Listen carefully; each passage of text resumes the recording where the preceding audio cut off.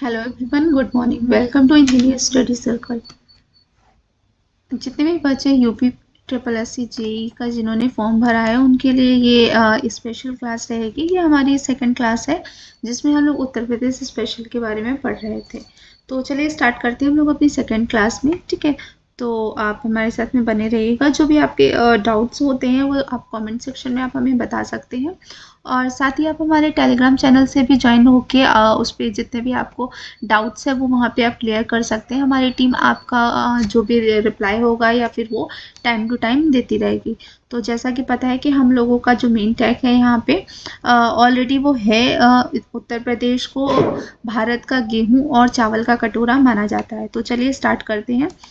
आज की second class है और सेकंड क्लास में हम लोग यहाँ पे देखने वाले हैं उत्तर प्रदेश का प्राचीन इतिहास। ठीक है, तो पहले ही आपने इसमें भारत का इतिहास के बारे में आपने जो भी पढ़ा होगा उसमें हिस्ट्री में, तो वो हिस्ट्री का पार्ट किस तरीके से हमारे उत्तर प्रदेश के पार्ट में किस तरीके से रिलेट होगा और उत्तर प्रदेश में किस तरीके से रिलेट होगा, कहाँ पे कौन सी चीज़ों का जो अवशेष मिले थे और किस तरीके से रिलेट करते हैं, वो सब हम लोग इस क्लास में देखने वाले हैं। तो आपका एक्सप्लेनेशन होगा वो आपका डीपली होगा, बट रिटर्न में यहाँ पे थोड़ा टॉपिक वाइज होगा। तो हम लोग मेन फोकस करेंगे जो कॉन्सेप्ट है और इसका जो मेन चीज़ें हैं वो याद रखने की कोशिश करेंगे, और एक्सरसाइज के भी क्वेश्चंस उसी के बिहाफ पे हम लोग करेंगे। तो ये हमारी सेकेंड क्लास है। स्टार्ट करते हैं। सबसे पहले देखेंगे कि उत्तर प्रदेश का इतिहास यानी कि भारत का इतिहास था, उसको 3 भागों में बांटा गया है। ठीक है, 3 स्रोतों में बांटा गया है जिसको प्रागैतिहासिक कहते हैं, प्रागैतिहासिक काल है। और दूसरा अगर बात करेंगे तो आद ऐतिहासिक काल है, और तीसरा अगर हम बात करेंगे तो ऐतिहासिक काल है। ठीक है, तो ये 3 भागों में इसको विस्तृत किया गया है या भागों में बांटा गया है। तो जो प्रागैतिहासिक काल होता है वो 3000 ईसा पूर्व से उसको माना गया है कि 3000 ईसा पूर्व से पहले का जो काल था उसको प्रागैतिहासिक काल माना गया है, और इसको पाषाण काल भी कहते हैं।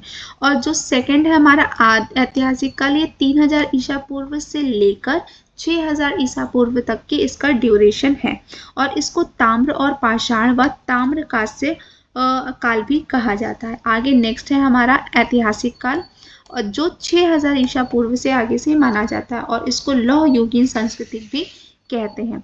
तो आगे हम लोग देखते हैं, वन बाय वन करके समझेंगे कि हमारा जो प्रागैतिहासिक काल है उसको में क्या है, मतलब कि उस काल में क्या हुआ था या फिर स्टार्टिंग वो कब से था हमारे, और भारत के प्राचीन काल से वो किस तरीके से रिलेटेड है। तो प्रागैतिहासिक काल वह समय है जब मानव ने अपने अस्तित्व की शुरुआत की थी। इस काल का कोई भी लिखित रिकॉर्ड नहीं है, लेकिन पुरातात्विक अवशेषों के आधार पर इसकी जानकारी प्राप्त होती है। यानी कि प्रागैतिहासिक काल जो सबसे पहला काल था जिस समय मनुष्य का जो अस्तित्व था वो मतलब सामने आया, या किस तरीके से अर्ली ह्यूमन जो थे तो उन लोगों ने किस तरीके से चलना प्रारंभ किया, या फिर वो मानव के रूप में किस तरीके से उन्होंने अपने आप को प्रस्तुत किया, तो ये वो काल था। अगर हम लोग देखें प्रागैतिहासिक काल, इसको भी 3 भागों में बांटा गया है।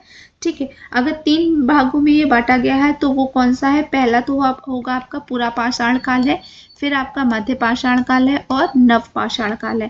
अब ये तीनों पाषाण काल है, यानी कि ये तीनों काल किसके अंतर्गत आएंगे, प्रागैतिहासिक काल के अंतर्गत आएंगे। ठीक है, तो वन बाय वन करके समझेंगे। जैसा कि हमने जाना जो प्रागैतिहासिक काल है वही क्या है, मनुष्य जाति का सबसे पहले किस तरीके से वो अस्तित्व में आया। जैसा कि हम लोगों को पता है कि स्टार्टिंग में वो मनुष्य कैसे आपकी कपी यानी कि मानुष की जैसा था, बंदर की जैसा था।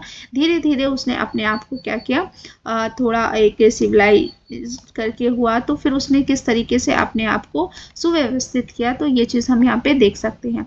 और प्रागैतिहासिक काल को 3 कालों में डिवाइड किया गया है, पूरा पाषाण काल, मध्य पाषाण काल और नव्य पाषाण काल।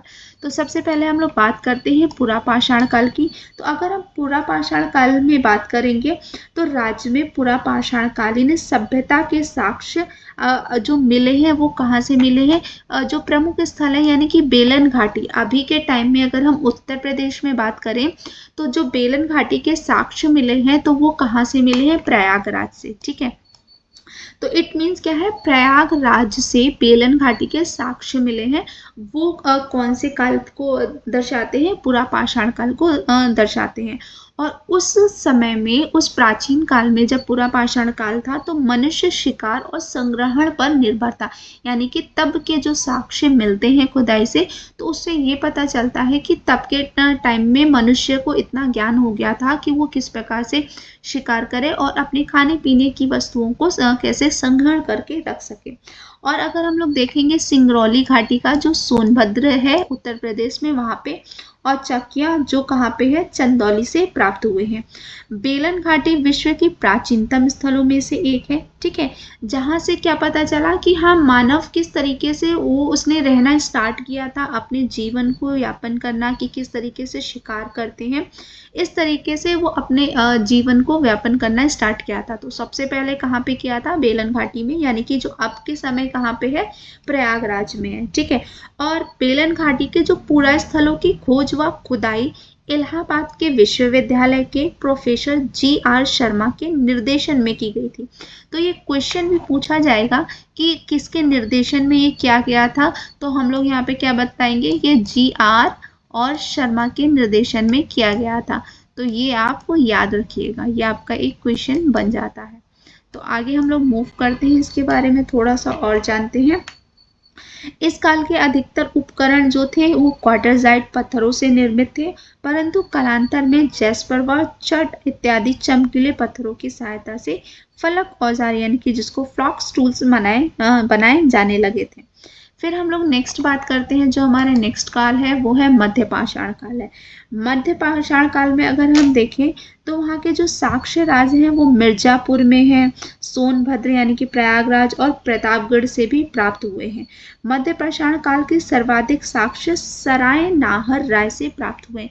तो अगर हम लोग सबसे पहले यहाँ पे देखें कि उसके जो साक्ष्य प्राप्त हुए हैं, तो सबसे ज्यादा साक्ष्य कहाँ से प्राप्त हुए हैं, वो प्राप्त हुए हैं सराय नाहर से। तो सबसे ज्यादा साक्ष्य मध्य पाषाण काल के प्राप्त हुए कहाँ से, सराय नाहर से प्राप्त हुए हैं। और इसमें क्या था, सराय नाहर में मतलब झोपड़ी का जो फर्श था वो भी साक्ष्य के साथ में मिले, और वहाँ पे जो गर्त चूल्हे थे वो बनाए वहाँ दिखे, और शवाधान के भी वहाँ पे क्या है, अवशेष प्राप्त हुए। और जो मृतक और जो उनका सिर था वो पश्चिम की साइड पे उनको रख के दफनाया जाता था। अगर हम देखें तो वहाँ पे दमदमा में और जोपनी मांडो या प्रयागराज में ही एक प्लेस है वहाँ का, और महदहा है प्रतापगढ़ का, वहाँ पे क्या है, गर्त चूल्हे, सिल लोढ़े, ठीक है, और अस्थि व सींग के आभूषणों के साक्ष्य मिले। और मध्य पाषाण काल में ही जो मनुष्य था वो छोटे छोटे पत्थरों के औजारों का उपयोग करने लगा था, और वो ये छोटे छोटे और ये क्या करते थे, इनका शिकार और मछली पकड़ने में ये इन औजारों का कार्य करते थे। तो आगे मूव करते हैं। इसके बाद में हम लोग बात करते हैं नवपाषाण काल में। तो हम यहाँ पे कह सकते हैं कि मनुष्य प्रागैतिहासिक काल में तो सबसे पहले वो अपने आप को मतलब उसका अस्तित्व समझ में आया, ठीक है, और नवपाषाण काल में आते आते उसने क्या कर दिया, खेती की शुरुआत कर दी, यानी कि वो कृषि की शुरुआत हो गई वहाँ पे। नवपाषाण काल के जो मनुष्य थे वो अस्थायी बस्तियों में रहने लगे, पत्थरों के औजारों का उपयोग करने लगे और अधिक उन्नत हो गए थे। अधिक उन्नत हो गया दैट मीन्स उनको थोड़ा सा ये समझ हो गया कि हाँ, अब वो अनाज उगा के खा सकते हैं, शिकार कर सकते हैं, पशुपालन कर सकते हैं। तो राज्य में नवपाषाणकालीन सभ्यता के साक्ष्य और बाजार, औजार, हथियार प्रयागराज, ठीक है, प्रयागराज अगर हम देखेंगे तो ये बेलन नदी के तट पर स्थित है, ठीक है। एक हुआ आपका कोलजी हवा, मेहंदड़ा और पंचो, ये जो प्रतापगढ़, मिर्जापुर और सोनभद्र हैं, तो ये सारे वहीं के साक्ष्य प्राप्त हुए हैं। यानी कि अगर आपने इतिहास, भारत का इतिहास पढ़ा होगा तो अलग अलग जगह से हम लोगों ने पढ़ा, बट हम लोग इसमें वो चीज़ें डिस्कस करने वाले हैं जो भी उत्तर प्रदेश से रिलेटेड है। यानी कि उत्तर प्रदेश से हमको क्या साक्ष्य मिला, वहाँ से कौन से रिलीजन्स का, कौन से धर्म उठे, या फिर किस तरीके से क्या हुआ, हम लोग ये पूरा यहाँ पर डिस्कस करने वाले हैं। तो नवपाषाण में हमने देखा कि वहाँ पे कृषि की शुरुआत हो चुकी थी। आगे थोड़ा सा ये हमने यहाँ पे देख सकते हैं नवपाषाण कालीन अर्थव्यवस्था क्या थी। तो वहाँ पे क्या था, उपकरण थे यानी कि कुल्हाड़ी, हसिया, सिलबट्टी, इस तरीके से पहले के औजार बनाए भी जाने लगे थे, क्योंकि नवपाषाण काल में जैसे कि खेती होना प्रारंभ हो गया था, तो उसके रिगार्डिंग जो जो चीज़ें ज़रूरत थी या फिर जिस तरीके से उनको फसल काटने की चीज़ें चाहिए होती थी, तो वो उस तरीके से औजार उन्होंने बनाना स्टार्ट कर दिया था। तब के टाइम के नवपाषाण काल के समय के कुछ पशु या फिर उनकी अस्थियां या फिर हड्डी या कुछ इस तरीके से खुदाई के समय भी मिला, जिससे पता ये चला कि वो लोग पशुपालन भी करते थे, और वनस्पति के अवशेष भी मिले। विशिष्ट व्यवसायों का उदय हुआ, ठीक है, यानी कि जब उन्होंने क्या किया, पशुपालन करने लगे, कृषि करने लगे, तो अलग अलग के भी काम करना उन्होंने स्टार्ट कर दिया। स्थायी निवास हो गया था। स्थायी निवास हो गया था मतलब वो एक प्लेस पर रहकर खेती करके अपना जीवन यापन करने लगे थे, ठीक है, और साथ में व्यापारिक संबंध भी उनके बनने लगे थे।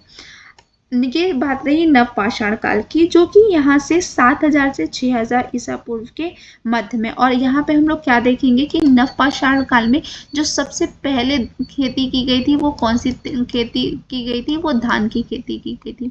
सबसे पहले धान की खेती की गई थी। आगे हम लोग मूव कर जाते हैं, थोड़ा सा और पढ़ते हैं, नवपाषाणिक कृषि के बारे में देखेंगे। तो ये मध्य गंगा घाटी के पास में थी, और अगर यहाँ पे देखेंगे तो मृत भांड के ठीक रो पर धान के दाने, भूसी, पुआल, कार्बनीकृत अवशेष मिले, यानी कि मिट्टी के बर्तनों में उन्हें धान के दाने मिले, जिससे ये पता चलता था कि जब उन्होंने कृषि की तो उन्होंने कौन सी कृषि की, धान की, ठीक है। और यहाँ पे आगे भी आप देख सकते हैं जगह के प्लेसेस पे उन्हें क्या क्या मिला, जैसे झरबेर, आंवला, धान, मूंग, जौ, गेहूं, मसूर, बाजरा, धान, मूंग, जौ, गेहूं, ठीक है, और फिर मटर, तिल, आंवला, बेर, यानी कि अलग अलग प्लेसेस पे उन्हें अलग अलग चीजों के अवशेष प्राप्त हुए। नवपाषाण काल में क्या था, ये आपको पता है कि स्थायी निवास हो गया था, वो एक जगह पे रह के जीवन यापन करने लगे थे। कृषि भी स्टार्ट हो गया था उनका, और पशुपालन का भी उन्हें समझ हो गया था। नई नई उपकरणों का उन्होंने आविष्कार किया या नए औजार बनाए। फिर उन्होंने चाक का आविष्कार भी किया, जिसके ऊपर मिट्टी के बर्तन बनाए। जो मृत भांड निर्माण यानी कि मिट्टी के बर्तनों को ही क्या बोलते हैं, मृत भांड कहते हैं। नेक्स्ट मूव कर जाते हैं, आदि ऐतिहासिक काल के बारे में पढ़ते हैं। अगर आदि ऐतिहासिक काल के बारे में पढ़ेंगे तो इसको ताम्र पाषाण एवं ताम्र कांस्य के नाम से भी जाना जाता है। और यह वह काल है जब सभ्यता उभरने लगी, यानी कि लोग सभ्य हो गए, लेकिन इसका भी रिकॉर्ड लिखित में नहीं है, यानी कि हमें जैसे जैसे साक्ष्य मिलते गए हम लोगों ने उसी के बेसिस पे उस काल का नेम रखा। यानी कि जैसे कुछ सिक्के मिले तो उन सिक्कों पे कुछ आकृतियां थी या फिर उस पे कुछ नंबर्स लिखे थे, जिससे हमें ये पता चला कि हाँ ये इतने साल पुराने थे। जो आदि ऐतिहासिक काल है, जिसको ताम्र पाषाण एवं ताम्र कांस्य के नाम से भी जानते हैं, उसी के समय में हड़प्पा सभ्यता की भी क्या हुई, खुदाई के समय हमें उसके अवशेष मिले, यानी कि पता चला कि जो हड़प्पा सभ्यता थी वो आदि ऐतिहासिक काल में ही क्या थी, उसका उदय हुआ था या फिर वो उस समय थी। यह भारत की पहली प्रमुख शहरी सभ्यता थी, यानी कि हड़प्पा सभ्यता ऐसी सभ्यता थी जो प्रॉपर शहर में रहने लगी थी, और जो कहाँ पे बसी थी, सिंधु घाटी के पास बसी थी, और जिसको सिंधु घाटी सभ्यता भी कहा जाता था, जिसमें उन्नत नगर योजना, जल निकासी और बड़े सार्वजनिक निर्माण कार्यों का जिसमें विकास हुआ था।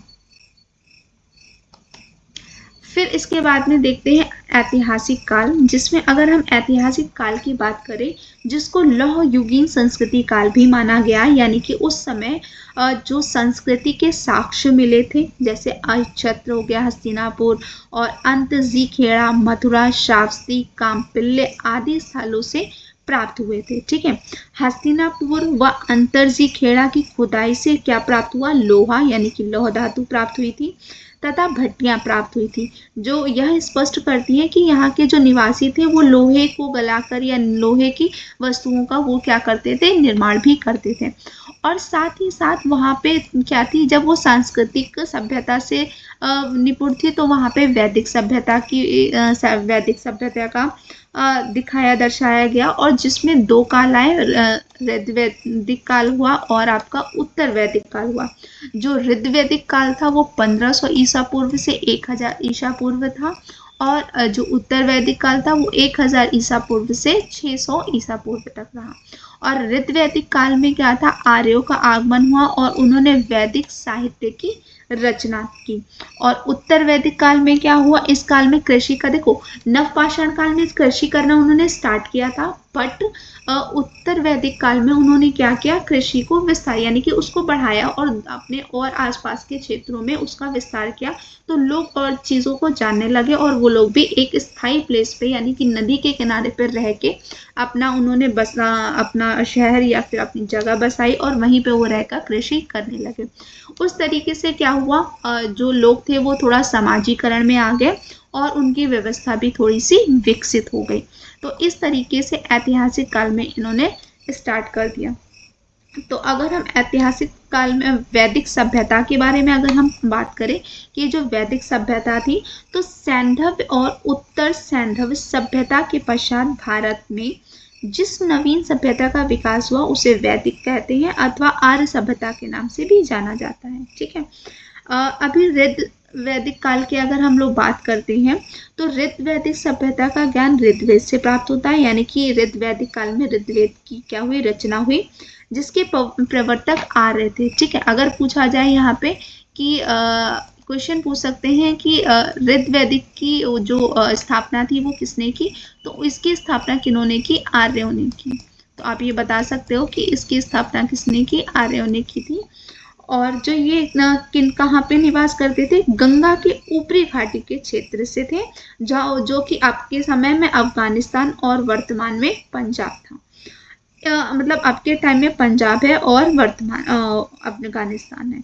इस क्षेत्र में 7 नदियों का क्षेत्र होने के कारण इसे सप्त सैंधव कहा जाता था। जो 7 नदियां थी वो कौन कौन सी थी, वो सिंधु नदी, सरस्वती और सतलज, रावी और व्यास नदी, चिनाब नदी और झेलम। जैसे चिनाब नदी अभी कहाँ है आपकी, और झेलम नदी ये आपके मैप में आप इसको सर्च करिएगा और कमेंट सेक्शन में बताइएगा ये नदियाँ कहाँ पे है। आगे देखते हैं, इस काल में जो आर्य सभ्यता के लिए जो थी सभ्यता केवल पंजाब तथा सिंध क्षेत्र तक ही सीमित थी, यानी कि जो आर्य सभ्यता थी वो सिर्फ पंजाब के एरिया और सिंध क्षेत्र में यानी कि उसके पास में ही रहते थे। यहाँ पंचजनों का निवास था। ठीक है, और पंचजनों में कौन थे, अनु, ध्रुव, यदु, पुरु तथा तुर्वस सम्मिलित थे। फिर अगर हम लोग बात करेंगे कि उत्तर वैदिक काल की, तो ये उत्तर वैदिक काल क्या है, यहाँ पे 1000 ईसा पूर्व से 600 ईसा पूर्व में रहा। और इसमें क्या हुआ, इतने हम लोग ऋग्वेद के आधार पर ही विकसित संहिताएं कुछ थी, जैसे सामवेद, ऋजुवेद, अर्थवेद। ठीक है, तो ये क्या थे, ये वेदों में ही आते हैं। ब्राह्मण, आर्य तथा उपनिषद से ज्ञात होता है। ठीक है, यानी कि ये वैदिक काल है जिसमें इनकी रचना की गई। ऋग्वेद की अगर हम बात करें तो ऋग्वेद संस्कृति की पृष्ठभूमि पर ही उत्तर वैदिक कालीन संस्कृति का विकास हुआ, यानी कि जो ऋग्वेद की जैसी संस्कृति की उसी के आधार पर वैदिक कालीन संस्कृति का भी विकास किया गया। और उत्तर वैदिक कालीन की जो सभ्यता थी वो मुख्य केंद्र उत्तर प्रदेश का सरस्वती गंगा यानी कि दोआब क्षेत्र है, जो उस समय में मध्य देश कहलाता था। इसके अंतर्गत वर्तमान उत्तर प्रदेश के कुरु, पांचाल और काशी जैसे विशाल राज्य शामिल हैं। आगे हम लोग बात कर लेते हैं मृत भांड संस्कृतियां। जैसे मृत भांड संस्कृतियां के बारे में अगर हम लोग बात करेंगे तो इसमें क्या है, जो किस तरीके से मिट्टी के बर्तन बनाए जाते थे, तो उस संस्कृति की हम लोग यहाँ पे बात करते हैं। ये एक आपका स्क्रीनशॉट मैंने बुक का दे रखा है, जो कि आप यहाँ पे इसको जूम करके पढ़ सकते हो, आपको क्लियर हो जाएगा। बाकी मैं आपका यहाँ पे नॉर्मली ये दिखा देती हूँ कि ये वन लाइनर में मैंने यहाँ पे लिखा है, जो आप इजीली समझ सकते हो। गौरिक अमृत भांड संस्कृति की बात करेंगे तो यह सभ्यता उत्तर भारत में उभरने वाली शुरुआती संस्कृति में से एक थी, यानी कि यहाँ पे क्या हुआ, चीजें स्टार्ट होने लगी, लोग सभ्य होने लगे। काली व लाल वृंत भांड संस्कृति की अगर हम बात करेंगे तो इस संस्कृति में मिट्टी के बर्तन बनाए जाने के थे, बनाए जाते थे, जिनको काले और लाल रंग के उसके ऊपर रिंग बनाए जाते थे। जो चित्रित धूसर व्रत भांड संस्कृति की बात करेंगे तो इसमें जो संस्कृति के तहत जो बर्तन था वो धूसर रंग के होते थे और उस पे चित्र यानी कि सजावट की जाती थी। उत्तरी काले पॉलिश युक्त मृत्यभांत संस्कृति की अगर हम बात करते हैं तो इसमें मिट्टी के बर्तन बनाने के लिए प्रसिद्ध है, जो कि सामाजिक जीवन में महत्वपूर्ण है। आगे मूव करते हैं हम लोग। इसके बाद में हम लोग यहाँ पे देखेंगे महाकाव्य। ठीक है, महाकाव्य की अगर बात करेंगे तो महाकाव्य काल एक ऐसा काल था जिसमें दो भारतीय साहित्य के महान ग्रंथ की रचना की गई थी, और वो दो कौन से थे, एक रामायण है और एक क्या है, महाभारत की रचना की गई थी। अब क्या है, रामायण की रचना किसने की, महर्षि वाल्मीकि द्वारा की गई थी, और जो महाभारत का सृजन किया था वेद व्यास ने किया था। ऐसा माना जाता है कि जो रामायण है वो वर्णित भौगोलिक स्थानों और उनके विवरणों पर संकेत मिलता है, परंतु जो रामायण है वो महाभारत से पहले की रचना है। तो महाभारत में रामायण के बारे में भी उनके साक्ष्य मिलते हैं, यानी कि उसका भी संक्षिप्त वर्णन किया गया है, जो कि यह दर्शाता है कि दोनों ग्रंथ आपस में गहरे जुड़े हुए हैं, यानी कि दोनों का आपस में बहुत इंपॉर्टेंट है। अगर हम लोग भारत की सभ्यता के बारे में बात करें तो ये रामायण और महाभारत क्या है, ये बहुत दो अमूल्य धरोहर हैं किसकी, हिंदुस्तान की।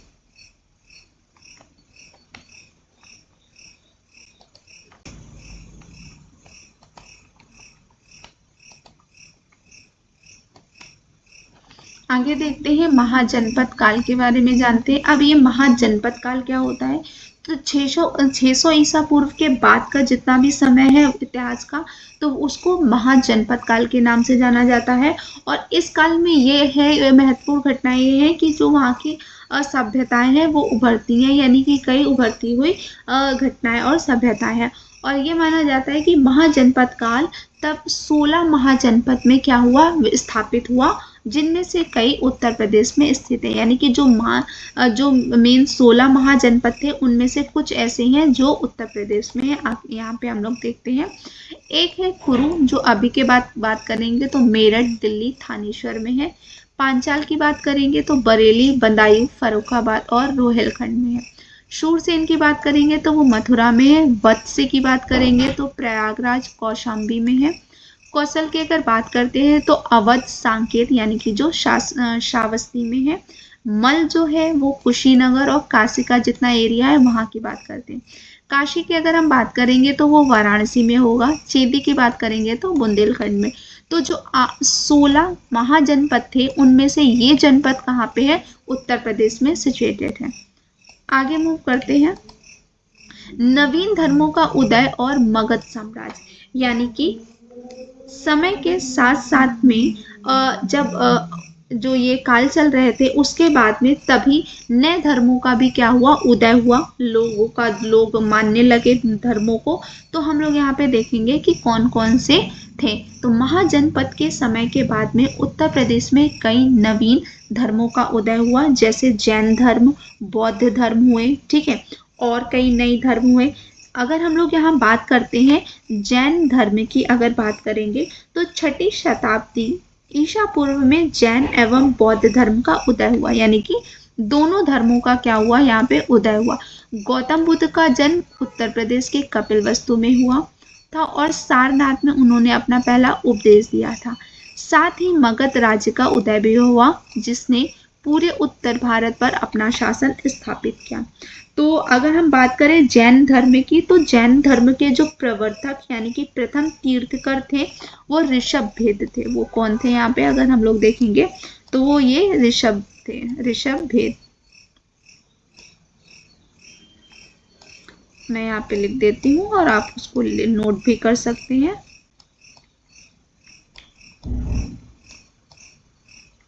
ठीक है, और इनका अयोध्या के ये सूर्यवंश में पैदा हुए थे।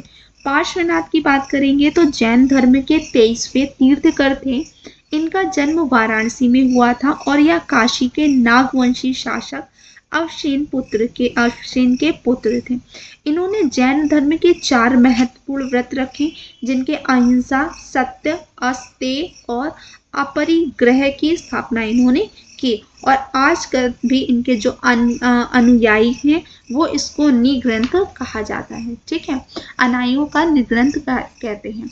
जैन धर्म के 5 जो तीर्थकार थे, ऋषभनाथ यानी कि पहले थे, अजीतनाथ दूसरे थे, और अजित देव नाथ तीसरे थे, और सुमित नाथ ये कौन थे, पंचम थे। ठीक है, तथा अनंतनाथ ये 14वें थे। इनका जन्म उत्तर प्रदेश के अयोध्या में हुआ था। जैन धर्म के जो 24वें तीर्थकर थे वो महावीर स्वामी हुए। इनका जन्म बिहार के वैशाली क्षेत्र में हुआ। ठीक है, और परंतु उत्तर प्रदेश राज्य में इनके बहुत सारे जो अनुयायी थे वो कहाँ थे, उत्तर प्रदेश से हैं। अगर हम लोग आगे देखें यहाँ पे बौद्ध धर्म की, तो बौद्ध धर्म के जो प्रवर्तक रहे वो गौतम बुद्ध रहे, और इनका जन्म कपिलवस्तु में हुआ था। ठीक है, जो गढ़ राज्य की अगर हम बात करें तो वो लुम्बिनी यानी कि नेपाल नामक स्थान पर 567 यानी कि 563 ईसा पूर्व हुआ था। ठीक है, इनके पिता का नाम शुद्धोधन था जो कपिलवस्तु के राजा थे। अगर हम लोग देखें जितने भी बच्चों ने यहाँ पे स्टडी किया है तो ये गौतम बुद्ध और इनका महावीर स्वामी जी का ईवीएस में हम लोगों ने ये स्टोरी बहुत बार पढ़ी थी। ठीक है, जो अभी वर्तमान में बात करेंगे तो वो सिद्धार्थनगर जिले में जो कपिलवस्तु है वो अवस्थित है। इनकी माता थी माया देवी जो रामग्राम यानी कि अब के समय में गोरखपुर के कोल्यगढ़ राज्य से संबंधित थी। बुद्ध ने 29 वर्ष की आयु में गृह त्याग दिया था और महाभिनिष्क्रमण किया, और बोध गया में उन्होंने अपना ज्ञान प्राप्त किया था। महात्मा बुद्ध ने ज्ञान प्राप्त के बाद में अपना प्रथम उपदेश सारनाथ यानी कि उत्तर प्रदेश में दिया था, जिसे धर्म चक्र प्रवर्तन कहा गया है। ठीक है, उत्तर प्रदेश को बौद्ध धर्म का पालना कहा जाता है, क्योंकि महात्मा बुद्ध के जो सन्यासी जीवन का अधिकांश भाग उन्होंने यहीं पे व्यतीत किया था। इनकी अगर हम बात करें तो ये जैन धर्म के प्रवर्तक हैं। आगे मूव करते हैं। नेक्स्ट है मगध राज्य और मौर्यकाल। ठीक है, तो इसी में क्या हुआ, मगध राज्य की, अब मगध राज्य यानी कि मगध राज्य की स्थापना भी किसने की, मौर्यकाल ने की। तो मगध राज्य मौर्यकाल भारतीय इतिहास का एक महत्वपूर्ण चरण है, जब मौर्य साम्राज्य ने मगध को अपना केंद्र बनाकर पूरे भारतवर्ष पर शासन किया। इस काल की शुरुआत किसने की, चंद्रगुप्त मौर्य द्वारा की गई थी, जिन्होंने मगध राज्य की स्थापना की और मौर्य वंश की नींव रखी। चाणक्य कौटिल्य के मार्गदर्शन में जो चंद्रगुप्त थे उन्होंने नंद वंश के अंत किया, नंद वंश का, और एक शक्तिशाली साम्राज्य खड़ा किया जिसको मगध के नाम से जानते हैं। इसके बाद अशोक महान शासनकाल आया। ठीक है, जिन्होंने मौर्य साम्राज्य को न केवल भारत में बल्कि अफगानिस्तान बंगाल तक मतलब उसको प्रचार किया, उसका फैलाया उसने। बाद में अशोक ने क्या किया, खासकर जो उसका कलिंग युद्ध था उसके बाद में उसने बौद्ध धर्म को अपना लिया और धम्म के प्रचार के लिए कई स्तंभ बनाए, शिलालेख बनाया, अभिलेख उसने करवाए, जो कि अब के समय में अगर हम देखेंगे तो उत्तर प्रदेश में प्रयागराज, सारनाथ, मेरठ और कौशाम्बी जैसे क्षेत्रों में उनके अशोक के स्तंभ, शिलालेख और अभिलेख, स्तंभ लेख वहाँ पे पाए जाते हैं। और इन्होंने क्या किया, जो अशोक थे वो समय के शासकों के उन्होंने नीतियों और धार्मिक सुधार पर बहुत सारे प्रतीक बनाए और इसके आगे किया।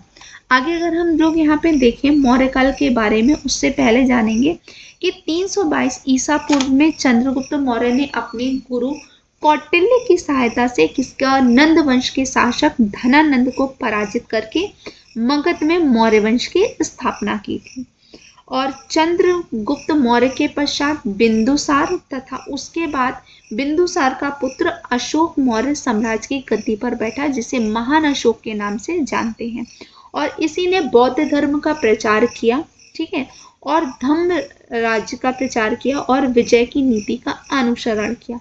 अगर हम लोग देखेंगे तो अशोक के जो प्रमुख स्तंभ लेख हैं वो सारनाथ, वाराणसी, मेरठ, प्रयागराज और सहारनपुर, टॉपर, खिजाराबाद स्तंभ लेख है, और ये कुछ उनके अशोक के स्तंभ है। यहाँ पे देखेंगे कि ये अशोक स्तंभ है।